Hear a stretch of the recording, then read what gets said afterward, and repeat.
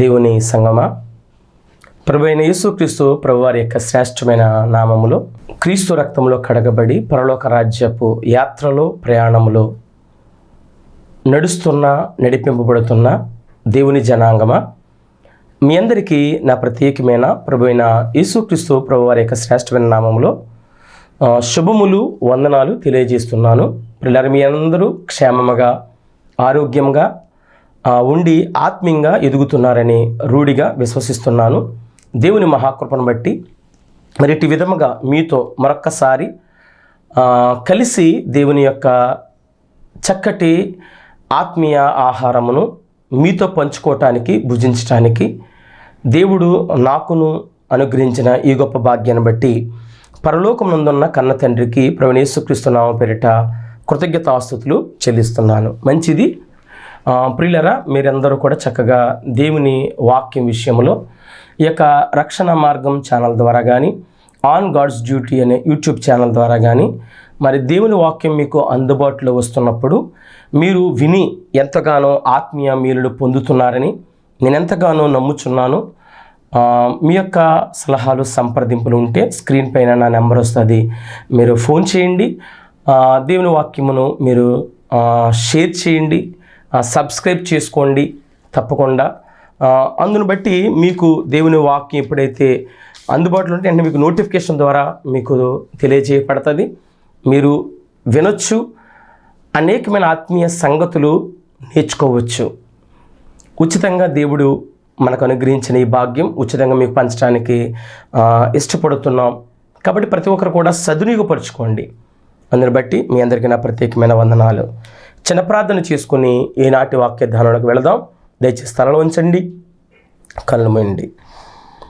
పరలోకమునందున్న మా తండ్రి, మీ ఉన్నత నామానికి కృతజ్ఞతాస్తుతులు చెల్లిస్తున్నాం ప్రభువా. నేను ఈ యొక్క ఉదయకాలంలో ఈ రాత్రి కాలంలో నీ సంపూర్ణమైన కృపను మా ఎడల చూపి నీ పిల్లలు దేవుని వాక్యం వినటానికి వచ్చి ఉన్నారు నాయన. ఈ ఆదివారం మరి ఆరాధనలో గడిపి మరలా నీ వాక్యం చెంతకు వచ్చిన బిడ్డలను ఎవరైతే ఉన్నారో వారందరినీ కూడా మెండుగా నీ ప్రేమ చేత బలపరచండి, నీ కృపలో కాయండి నాయన. ఆత్మీయ వనరులు అనుగ్రహించి పరలోక రాజ్యపు ప్రయాణములో ప్రతి బిడ్డని నిలపమని, నడిపించమని మీరే కృపనిమ్మని క్రీస్తునామములో అడుగుచున్నాను కన్న తండ్రి, ఆమేన్. మంచిది ప్రియులారా, మీ అందరికీ మరొకసారి వందనాలు. మనం గత వారంలో దేవదూతల యొక్క ప్రారంభం, వాటి యొక్క పుట్టుక ఎలా జరిగిందో, దేవదూతలు అవి దేవుడు ఎందుకు వాటి విషయంలో దైవ కుమారులు అని రాయించారు అన్న సంగతులు మనం గడిచిన వారంలో కొన్ని విషయాలు విన్నాం. దేవదూతలు ఎవరు అని విన్నాం. దేవదూతలు దేవుని కుమారుల లేదా సేవకులైన ఆత్మల అని మనం రెండు భాగాల్లో మనం విన్నాం. మీరు ఈ మూడో భాగం వింటున్న మీరు మొదట రెండు భాగాలు వింటే ఈ యొక్క భాగం కూడా మీకు అర్థమవుతుంది. కాబట్టి ముందు అవి కూడా వినండి, మీకు అందుబాటులోనే ఉన్నాయి. దేవదూతల గురించి తప్పకుండా తెలుసుకోవాలి దేవదూతల గురించి. ఎందుకంటే మనకి సేవ చేసే మన పనివారి గురించి మనం తప్పకుండా తెలుసుకోవాలి.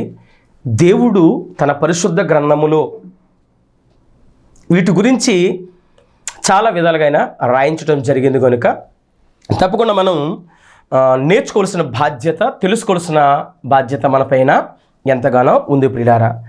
ఈరోజు ఈ భాగంలో మనం నేర్చుకోబోతున్న సంగతి ఏంటంటే, మనకు అనగా దేవదూతలకు దైవ కుమారులకు వ్యత్యాసం ఏమిటి, అది ఈ భాగంలో తెలుసుకోబోతున్నాం.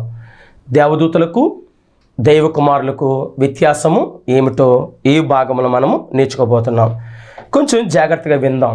గత వారంలో మీకు ఫుట్ నోట్లో ఏముందో, మెయిన్ నోట్లో ఏముందో వాటన్నిటిని కూడా మీకు కొంచెం విశదీకరించి క్లారిటీ ఇచ్చి మరి ముందుకు ప్రయాణం చేసాం. అందుని బట్టి దేవునికి స్తోత్రం. అయితే ఈరోజు మనం వినబోతున్న ఈ అంశంలో మరి ఈ దేవదూతల గురించి వీళ్ళకి మనకు ఉన్న వ్యత్యాసం ఏమిటో కొన్ని విషయాలు జాగ్రత్తగా నేర్చుకుందాం ప్రియులారా. వీరు దేవదూతలు, వీరు సేవకులు, పనివారు, జీతగాండ్లు, దాసులు. వీరు తప్పు చేస్తే యజమానుడు ఊరుకోడు. పనివారు తప్పు చేస్తే యజమానుడు ఊరుకోడు ఎట్టి పరిస్థితుల్లో కూడా. అయితే దేవుని కుమారులుగా ఉన్న మనమైతే కొన్ని తప్పిదాలు దేవుడు ఓర్చుకుంటున్నాడు, క్షమిస్తూ వస్తున్నాడు ప్రియులారా. ఉదాహరణకి ఈరోజు ఇప్పుడు మనకి భూమి మీద అపవాదిగా, ఘటసర్పముగా, ఎర్రని మహాఘట సర్పముగా చలామణి అవుతున్న, సాతానుగా చలామణి అవుతున్న అపవాది ఒకప్పుడు మహాదేవదూత. అయితే ఈ దేవదూతగా ఉన్నప్పుడు ఇతగాడు మనస్సులో అనుకున్నాడు తప్పుడు ఆలోచన. మనస్సులో అనుకుంటేనే దాసుడు కదా, పనివాడు కదా, తండ్రి దేవాతి దేవుడి యజమానుడు సహించలేకపోయి వాడికి శిక్ష విధించాడు దేవాతి దేవుడు. ఒక్క చిన్న తప్పు కూడా ఇంకా చేయలేదు, మనసులో అనుకుంటేనే ఊరుకోలేదు. మరి అది దాసులకున్న స్టేటస్, పనివాడుకున్న స్థితి. అది దేవుని కుమారులుగా ఉన్న మనకైతే మనం ఎన్ని తప్పిదాలు చేసినా ఆలోచన చేస్తున్నాడు, ఊరుకున్నాడు, ఆయన క్షమిస్తున్నాడు, మరలా ఆయన హక్కున చేర్చుకుంటున్నాడు. అంటే తప్పు చేస్తున్న ప్రతిసారి అక్కడ మనకి నోహ దినాల్లో వాళ్ళు ఎన్నో తప్పులు చేస్తున్నారు, లోతు దినాల్లో ఎన్నో తప్పులు చేశారు. ఇప్పుడు ప్రస్తుతం మనం ఉన్న దినాల్లో ఎంతోమంది ఎన్ని తప్పులు చేస్తున్నా భరిస్తున్నాడు. ఎందుకంటే ఆయన కుమారులు మనం. అంటే ఆయన కుమారులైతే ఎంతకాలం భరిస్తాడు? దాసులైతే చిన్న తప్పు చేసిన ఊరుకొని దేవుడు, మరి కుమారులు ఇన్ని తప్పులు చేసి ఎందుకు క్షమిస్తాడంటే మనల్ని ఆయన కన్నాడు. ఆయన వాటిని ఆయన అనగా కలిగాయి, మనల్ని కనగా కలిగిన వారం మనమైన స్వాస్థ్యం, మనమైన ఆస్తి, మనం ఆయన ఆత్మలో ఉండి విడిపోయి వచ్చిన భాగాలం. ఉదాహరణకి మనం కూడా ఆలోచిద్దాం అండి. మనము కూడా పనివాడు చిన్న తప్పు చేశాడు అనుకోండి, మన పట్ల చిన్న తప్పు చేస్తే వాడిని బజార్లో నిలబెడతాం మనం, చిన్న తప్పిదానికే. అదే మన కుమారుడు ఇంటిలో గొలుసు పట్టుకెళ్ళి అమ్మేసుకున్నా అది ఎవరికి చెప్పం, మనం ఎవరికి తెలియనివ్వం. నా కొడుకుని ఎక్కడ దొంగ అనుకుంటారు ఏం, ఆయన ఎంత పెద్ద తప్పు చేసినా కప్పుకుంటాం మన పిల్లోడు. అదే బయట వారు చిన్న తప్పు చేసినా, అసలు చిన్న తప్పు చేయక్కర్లా, చిన్న తప్పుడు మాట మాట్లాడినా దాన్ని మనం భూతత్వంలో చూసి దాన్ని ఎక్కువగా ఎక్స్పోజ్ చేస్తూ ఉంటాం. అది పనివాడికి మన ఇంటిలో ఉన్న కుమారుడికి ఉన్న వ్యత్యాసం ప్రియమైన దేవుని సంగమా. పనివాడు తప్పు చేస్తే గోతులో పడుకోబెడతాం, అదే మన కుమారుడు తప్పు చేస్తే గుండెలో పెట్టుకుంటాం.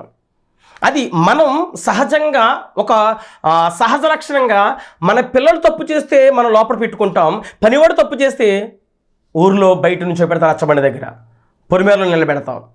ఇది మీకు అర్థమైతే ప్రియులారా, దేవుడు కూడా తన పిల్లలుగా ఉన్న మనల్ని తప్పులు చేస్తే మనల్ని ఆయన హక్కును చేర్చుకున్నాడు, క్షమిస్తున్నాడు. అదే పనివాడు తప్పు చేస్తే ఊరుకుడు, ఎందుకంటే వాళ్ళు సేవకులైన ఆత్మలు, మనమేమో కుమారులమైన ఆత్మలము. మనం కూడా కొన్నిసార్లు అంటూ ఉంటాం, బాగా విందాం. అంటే మీకు ఎందుకు ఈ క్లారిటీ రావాలంటే, ఎందుకు దేవుడు దైవ కుమారులను రాయించాడు, మరి అలాగైతే ఇంకా మీలో ఇంకా కొంచెం డౌట్ ఉంటే దానికి ఈ మూడో భాగం ఇంకా క్లారిటీ ఇవ్వడానికి ప్రయత్నిస్తున్నాను నేను. మనం కూడా అంటూ ఉంటాం, మన ఇంట్లో పనివాళ్ళని చూసి అంటాం, వీడు నా కొడుకు లాంటి వాడండి అంటాం పనివాడిని. ఏమంటాం? కొన్ని సందర్భాలు ఏమంటాం పనివాడిని, వీడు మా కొడుకు లాంటి వాడండి, నా కొడుకుతో సమానమండి అంటాం. కొన్నిసార్లు నా కొడుకు లాంటి వాడు అంటాం, నా కొడుకుతో సమానమైన వాడు అంటాం. కొన్నిసార్లు అంటాం నా కొడుకు కంటే ఎక్కువగా ప్రేమిస్తున్నాను వీడిని అంటాం మనం. ఎవరిని? పనివాడిని, సేవకుడిని, దాసుడిని. మనమే సహజ లక్షణం ఇది. మనకున్న సహజ లక్షణం ఎక్కడి నుంచి వచ్చింది? దేవుని దగ్గర నుంచి వచ్చింది. బాగా గుర్తు, సూపర్ పవర్ అంటారు దానిని. మనకున్న మానవ సహజ లక్షణంలో ఎక్కడి నుంచి వచ్చాయంటే దేవుని దగ్గర నుంచి వచ్చాయి. చెడు రాలేదు, మంచి. నేను చెప్పేది, దేవుడు మంచి ఇస్తే అపవాది నుంచి చెడు లక్షణాలు చొప్పించాడు వాడు. మన వాడికి చోటిచ్చాం, అందుకు దేవుడిచ్చిన సహజ లక్షణాలు పోయాయి. ప్రేమ పోయింది, ద్వేషం వచ్చింది. సంతోషం పోయింది, బాధ మిగిలింది. విశ్వాసం పోయింది, అవిశ్వాసం వచ్చింది. వెలుగు పోయింది, చీకటి వచ్చింది. మంచితనం పోయింది, దుర్మార్గత వచ్చింది. ఆశంకరం పోయింది, అత్యాశ పెరిగింది. ఓర్పు పోయింది, సహనం కోల్పోయాం, ఇప్పుడు భయంకర కోపోద్రేకలు మారిపోతున్నాం. అదే కదా, దేవుడిచ్చే సహజ లక్షణాలు మనం పోగొట్టుకున్నాం. ఇది మీకు అర్థమైతే ప్రియమైన దేవుని పిల్లారా, ఇక్కడ నా కొడుకు కంటే ఎక్కువ అంటాం. ఎప్పుడంట ఆ మాట? మనకి పుట్టిన పిల్లలు మన మాట విననప్పుడు, మనం చెప్పింది చేయనప్పుడు ఎక్కువగా మనకి పనివాడినే కొడుకుగా భావిస్తాం, కొడుకు కంటే ఎక్కువగా చూస్తాం. మరికొందరైతే పనివాడికే ఆస్తిపాస్తులు ఇచ్చేసిన దాఖలాలు ఉన్నాయి. పనివాళ్ళకి ఎన్నో అలాంటివి. అంతెందుకంటే అబ్రహాం గారు అంటాడు, ఏమంటాడు? ఇదిగో నాకు పిల్లలు లేకపోతే ఈ ఆస్తి అంతా ఎవరికి చెందుతుంది? పనివాడికి చెందుతుంది కదా. ఎందుకంటే పనివాడు నాకు కొడుకుగా ఎంచబడతాడు కదా. అప్పుడు నాకు పిల్లలు లేకపోతే ఇంకెందుకు ప్రభు నాకు ఇవన్నీ అంటాడు అబ్రహాం గారు. అర్థమైంది కదా. సో పనివాడిని కొడుకుగా మనమే ఆలోచిస్తూ ఉంటాం. ఇది మొదటి రీజన్. రెండవది ఏంటంటే, ఇద్దరం ఒకే ఇంట్లో ఉంటాం. పనివాడు అలాగే యజమాని కుమారుడు ఇద్దరు ఒకే ఇంట్లో ఉంటాం, ఒకే చోట తింటాం, ఒకే చోట ఉంటాం. అయితే యజమానుడు కుమారుడేమో మంచం మీద పడుకుంటాడు, దాసుడు వాడికి తగిన కటిక నేల మీద చాప మీద పడుకుంటాడు. అది కూడా ఒకే ఇంట్లో పడుకుంటారు, గదులు వేరైనా సరే. మరి ఎంతగా మనం ఉన్నప్పుడు ఆ పనివాడు ఏం చేస్తాడంటే, యజమానుడు ఏది చెబితే అది వింటాడు. కుమారుడు వినకపోయినా, కుమారుడు పట్టించుకోకపోయినా తండ్రిని, కానీ యజమానుడు చెప్పిన మాట దాసుడు చెప్పింది చెప్పినట్టు వింటూ ఉంటాడు. అలాగా వింటూ ఉన్నప్పుడు కొడుకు కంటే ఎక్కువగా ఎవరు ఎంచబడతారంటే పనివాడు ఎంచబడతాడు. అర్థమైనా ఏమండి? మనకి వాడుకున్న వ్యత్యాసం ఏంటంటే, మనల్ని ఆయన కన్నాడు. కంటమంటే ఆయన ఆత్మలో ఉన్న భాగాలు మనల్ని ప్రత్యేకపరిచాడు ఆయన. అది కనడం అంటే. మరి దేవదూతలు ఏం చేశాడు? అనగా కలుగును గాక అన్నాడు, అంతే. అవి కలుగును గాక అని కలిగాయి. మనల్ని మాత్రం ఆయనలో నుంచి మనల్ని ప్రత్యేకపరచడం జరిగింది. వాటికి మనకి ఉన్న వ్యత్యాసం ప్రియమైన దేవుని సంగమా. అయితే అందరము కూడా దేవుని నోట నుంచి, యేసుక్రీస్తు ప్రభువారు దేవుని యొద్ద నుంచి వచ్చారు, దేవుళ్ళ నుంచి వచ్చారు. యేసుక్రీస్తు మనం వచ్చాం అంటే తండ్రిలో మూలం తండ్రే. తండ్రుల నుంచి యేసుక్రీస్తు ప్రభువైనా తండ్రుల నుంచే మనమందరం వచ్చాం. దేవదూతలు కూడా తండ్రి మాట వలననే కలిగాయి. అంటే పనివాడు అలాగే యజమానుడే మనం ఒకే చోట ఉన్నాం, ఒకే దేవుని మాట వింటున్నాం. అవి వింటున్నాయి, మనము వింటున్నాం. అవి ఆత్మలుగానే మనము ఆత్మలుగా ఉన్నాం. మీరు బాగా ఆలోచించాలి. వేదాంత పాఠాలు ఇవన్నీ కూడా సూపర్ థియరీ. మీరు వింటే చక్కగా ఆలోచనకి బైబిల్లో ప్రతి డౌట్ క్లారిటీ వస్తుంది. చక్కగా ఆలోచన చేస్తే ఆవేశపడటం కాదు, జాగ్రత్తగా వింటే ఆలోచనతో. సో ప్రియమైన దేవుని సంగమా, ఇక్కడ దేవదూతలు దైవ కుమారులుగా ఎందుకు పిలువబడ్డారు అంటే, దేవుడి ఆలోచన, చెప్పిన మాట వింటున్నారు, చెప్పింది చేసినట్టు వింటున్నారు. వారు కూడా నా పిల్లలతో ఉన్నారు, వాళ్ళు కూడా నా పిల్లలకు సహకారులుగా ఉన్నారు అని వాటిని ఆ భావంతో రాయటం జరిగింది తప్ప అవి సేవకులే, దేవుని కుమారులు కాదు. మీకు ఒక బెస్ట్ ఎగ్జాంపుల్ చెప్తాను, జాగ్రత్తగా వినండి. సామెతల గ్రంథం ఒక విషయం, ఇక్కడ ఒక కోట్ చేస్తాను, ఒక వచనాన్ని. 29వ అధ్యాయము 21వ వచనం. ఇది చాలా ఇంపార్టెంట్, వెరీ వెరీ ఇంపార్టెంట్ అండి. సామెతల గ్రంథం 29వ అధ్యాయము 21వ వచనం. ఒకడు తన దాసుని, అంటే పనివాడిని, ఒకడు తన దాసుని చిన్నప్పటి నుండి గారాభముగా పెంచినడల తుదిని వాడు కుమారుడిగా ఎంచబడును. అర్థం ఉందా? అంటే దాసుడే, కానీ దాసుడే చిన్నప్పటి నుంచి గారాభంగా చూసుకున్నాడు, అంటే ప్రేమతో చూసుకున్నాడు అని అర్థం. చివరికి తుదకి వాడు ఏమవుతాడంటే ఒక కొడుకుగా ఎంచబడతాడు.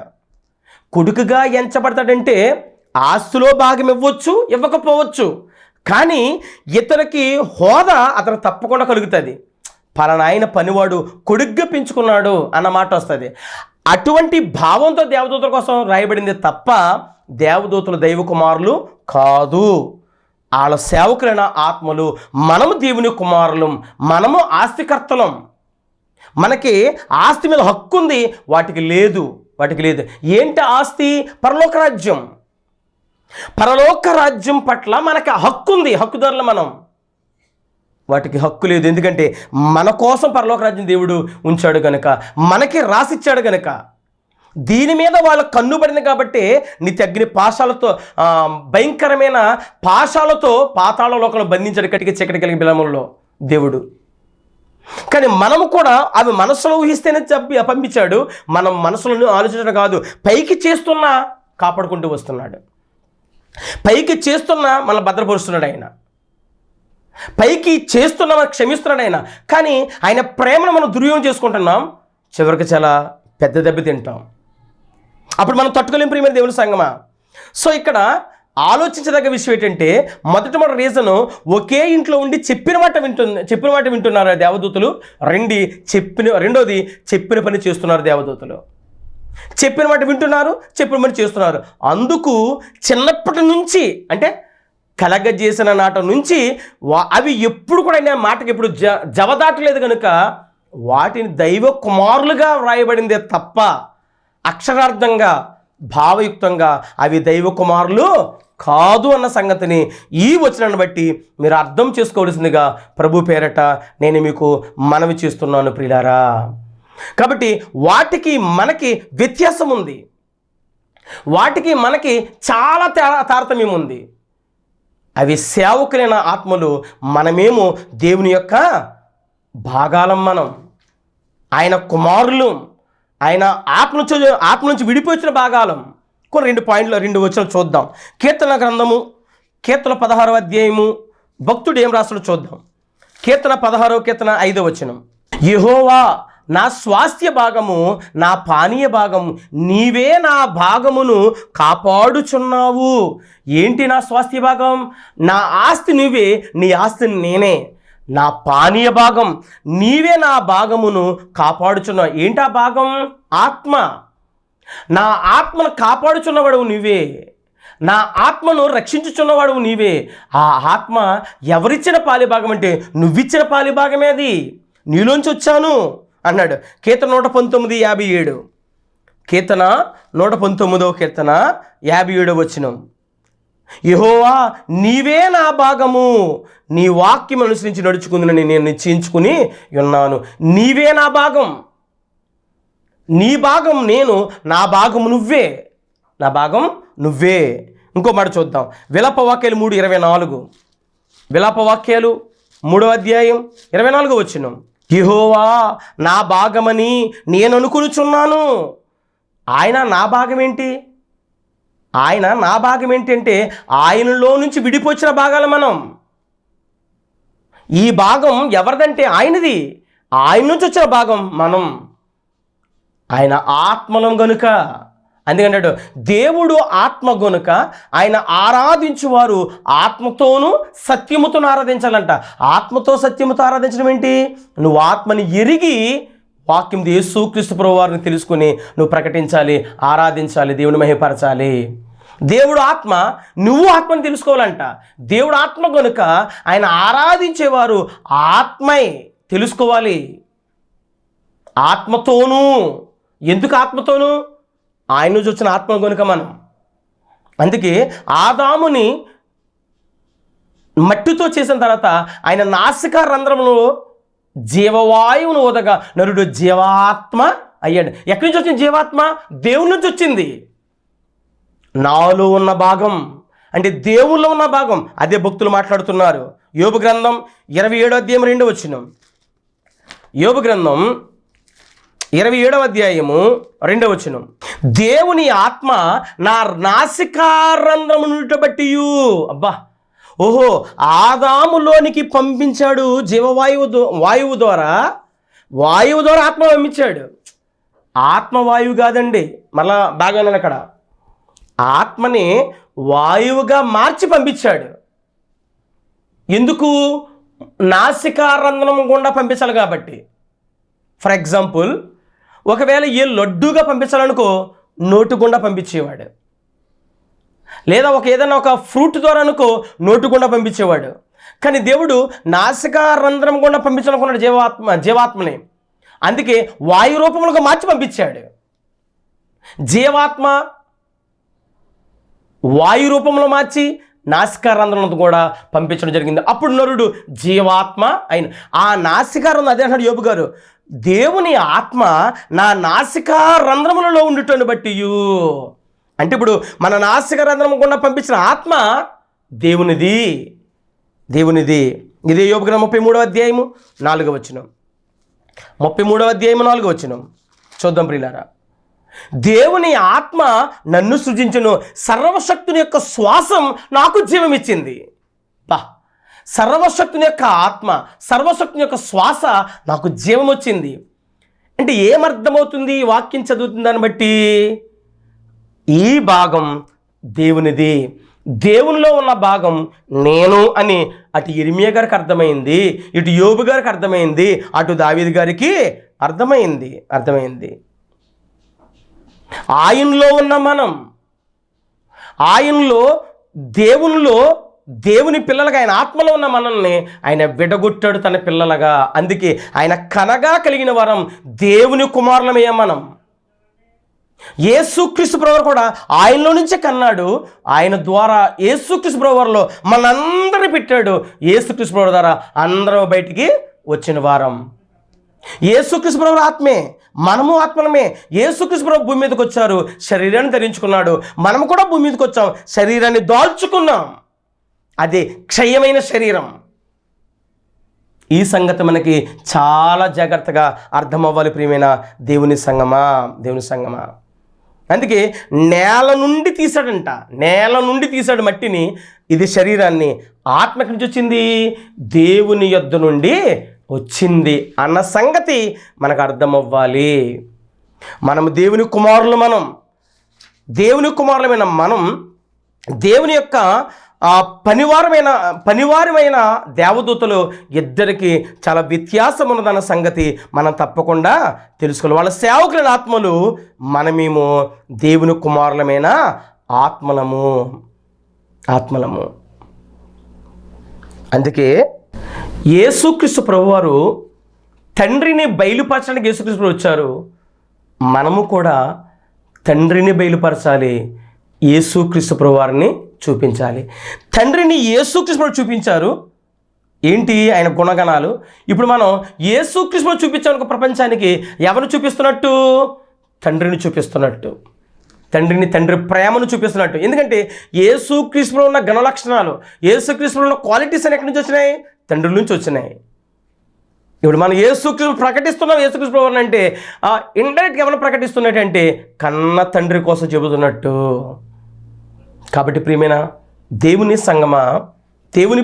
సంగమా, మనము సేవకులైన ఆత్మను మనము కాదు, దేవుని కుమారుల ఆత్మలు మనం. దేవదూతలు సేవకులైన ఆత్మలు. ఎవరికి సేవ చేయాలంటే తండ్రికి, యేసుక్రీస్తు ప్రభువు వారికి, పరిశుద్ధాత్మనికి మనకి సేవ చేయాలి. అందుకే మీకు యేసుక్రీస్తు ప్రభు ఉపవాసం ఉండి అపవాది యుద్ధం అయిపోయిన తర్వాత 40 రోజుల తర్వాత దేవదూతలు వచ్చి యేసుక్రీస్తు ప్రభువుకి పరిచర్య చేసేయంట. నీ కాలికి రాయి తగలకుండా దేవదూతలు ఎత్తు పట్టుకుంటారు, దేవారాత్రులు కాపాడతారు. భద్రత వ్యవస్థ, నిఘా వ్యవస్థ, భద్రత కలిగి మన చుట్టూ కూడా దేవదూతల సమూహమును ఉంచాడు దేవాతి దేవుడు. ప్రియమైన దేవుని సంగమా, కాబట్టి మనం ఆలోచించదగ్గ సంగతి ఏమిటి అని మనం ఇప్పుడు అర్థం చేసుకున్న సంగతి ఏంటంటే, యేసుక్రీస్తు దేవాతి దేవుడు మనల్ని కనగా కలిగిన వారం, దేవదూతల్ని అనగా కలిగిన వారు. వారికి మనకి ఉన్న వ్యత్యాసం, మనం ఆస్తికర్తలం, స్వాస్థ్యం మనది, వారు మనకి పనివారు, మనకి సేవకులు, జీతగాళ్ళు, దేవదూతలు. ఎందుకు రాయబడింది అని అంటే చెప్పాను కదా, చిన్న వాళ్ళు కలిగిన దగ్గర నుండి దేవుని చెప్పిన మాట విన్నారు, దేవుడితోనే ఉన్నారు, దేవుడు ఏం చెబితే అది విని పని చేసుకుంటూ వచ్చారు. అందుకు వాళ్ళు కుమారులుగా ఎంచబడ్డారు. ఆ ఎంచబడిన రీతిని బట్టే అపవాది నాకు కూడా ఆస్తి కావాలనుకున్నాడు. అపవాది అర్థమైందా? వాడు కూడా ఎందుకు ఆశ కలిగింది? మమ్మల్ని కూడా ఆయన అంత గారాభంగా చూసుకున్నాడు కదా, ఆయన పిల్లల్లాగానే చూసుకున్నాడు కదా మమ్మల్ని కూడా, అందుకు మేము తప్పకుండా కుమారులమే అన్నట్టు వాడు ఫీల్ అయ్యాడు. ఆడ మనస్సులో అనుకున్న వెంటనే వాడి స్థితి ఏంటో వాడికి అర్థం చెప్పాడు దేవుడు. కానీ మనకి మాటలాగా మాత్రం ఇంకా ప్రేమను చూపిస్తున్నాడు, ఇంకా కరుణను చూపిస్తున్నాడు, ఇంకా వాత్సల్యం చూపిస్తున్నాడు, ఇంకా కూడా మన జీవితాలని వెలుగుమయంగా చేస్తున్నాడు, ఇంకా మనం ఓదార్స్తున్నాడు, ఇంకా మన బలపరుస్తున్నాడు, ఇంకా మన స్థిరపరుస్తున్నాడు. అటువంటి దేవుని ప్రేమను ఇంకాను తక్కువగా చూస్తున్నామేమో. దయచేసి ఒక్కసారి గమనించు. ప్రభు పాదాల దగ్గరికి రా, ఆయన చెంత చేరి దేవుడి నీ పట్ల చేసిన గొప్ప కార్యాలను తెలుసుకుని, ప్రభువా నువ్వు నా కోసం ఎంత ప్రణాళిక వేసావా, నా కొరకు ఎంత సమూహం నాకు ఉంచావా, ఎంత సహకారంగా నాకు ఉంచావా అని ఒక్కసారి ఆయన నువ్వు బ్రతిమలాడితే, ఆయన దగ్గర పశ్చాత్తాపడితే, ఆయన కాళ్ళు మొక్కితే, ఆయన ఆరాధన సిద్ధపడితే నీకు అర్థమవుతుంది నువ్వు ఆత్మమైన దేవుని కుమారుడివి. అంటే దైవ కుమారులమైన ఆత్మలము, వారు సేవకులైనా ఆత్మలు, ఇద్దరికీ చాలా వ్యత్యాసం ఉంది. మనం ఆస్తికర్తలం, మన ఆస్తులు వాళ్ళు పనివారని తప్పకుండా గుర్తించండి. దీనికోసం డిబేట్లు, దీనికోసం గొడవలు ఏమీ లేకుండా దేవుని ప్రేమను మాత్రం మీరు చూడండి. మన కొరకు దేవుడు ఏం చేశాడో దాన్ని ఆలోచించి మంచి నిర్ణయాలు తీసుకోండి. అట్టి నిర్ణయాలు కలిగిన ప్రయాణం చేయాలని ప్రభు పేరట మనవి చేస్తూ నా ఈ మాటలు ముగిస్తున్నాను. ప్రియులారా, అర్థమైంది కదా? దేవదూతల పుట్టుక గురించి చెప్పాను, దేవదూతలు దైవకుమార్కి ఎందుకు రాయబడిందో చెప్పాను. తర్వాత ఇందులో క్లారిటీ ఇచ్చిన ఈ భాగంలో తర్వాత వాళ్ళు సేవకులు, మనమేమో కుమారులము, మనల్ని కనగా కలిగిన వారు అనగా కలిగారని అనేకమైన సంగతులు మనకి దేవుని వచ్చిన భాగాలమని, అవేమో దేవుని నోట నుంచి పలికిన మాట అని మీకు అన్ని క్లారిటీ ఇచ్చాను. కాబట్టి మీరు వినండి, నేర్చుకోండి, ఇంకా మీరు ఆలోచించండి. దేవుడు మంచి తలంపులు మీ అందరికీ అనుగ్రహిస్తాడు. అటు కృప దేవుడు మీ అందరికి దయచేయునుగాక. ఆమేన్. ప్రార్థన చేసుకుందాం. తలలు వంచండి, కనులు మూయండి. పరలోకమందున మా తండ్రి, మీకు స్తోత్రాలు. మాకు మీరు ఇచ్చిన ఈ సమూహము, దేవదూతల సైన్యం, మాకు ఇస్తున్న సెక్యూరిటీని బట్టి మీకు స్తోత్రాలు. మా కొరకే పుట్టించావు, మా కొరకే బ్రతికిస్తున్నావు. అందుని బట్టి మీకు స్తోత్రాలు. వాటి గురించి మా పట్ల నీ ప్రణాళిక ఎంత గొప్పగా ఉందో, మా పట్ల నీ జాగ్రత్త ఎంత గొప్పగా ఉందో తండ్రి, అది తెలుసుకోవటానికి ఈరోజు మేము పూనుకుని ఉన్నాం. నిన్ను ఆరాధించాను, నిన్ను మహిపరిచాను, నిన్ను సమాజంలో గొప్పగా చూపించాను. నీ పిల్లలందరూ విన్నారు. ఆ బిడ్డలందరినీ దీవించండి, నీ కృపలో కాపుదలు ఇవ్వండి, ఆత్మ సంబంధ ప్రతి ఆశీర్వాదం నింపండి, నీ ప్రేమను నడిపించమని క్రీస్తునామమున మరొకసారి మరొకసారి కలుసుకునేంత వరకు కూడా నీ కృప కాపుదలు మాకు అనుగ్రహించమని, వాక్యం బిడ్డల జీవితాల్లో మెండైన వెలుగులు దింపమని, సంతోషం నింపమని క్రీస్తునామమున అడుగుచున్నాను కన్న తండ్రి. ఆమేన్. మీ అందరికీ నా వందనాలు. సమాధానంగా ఉండండి. God bless you.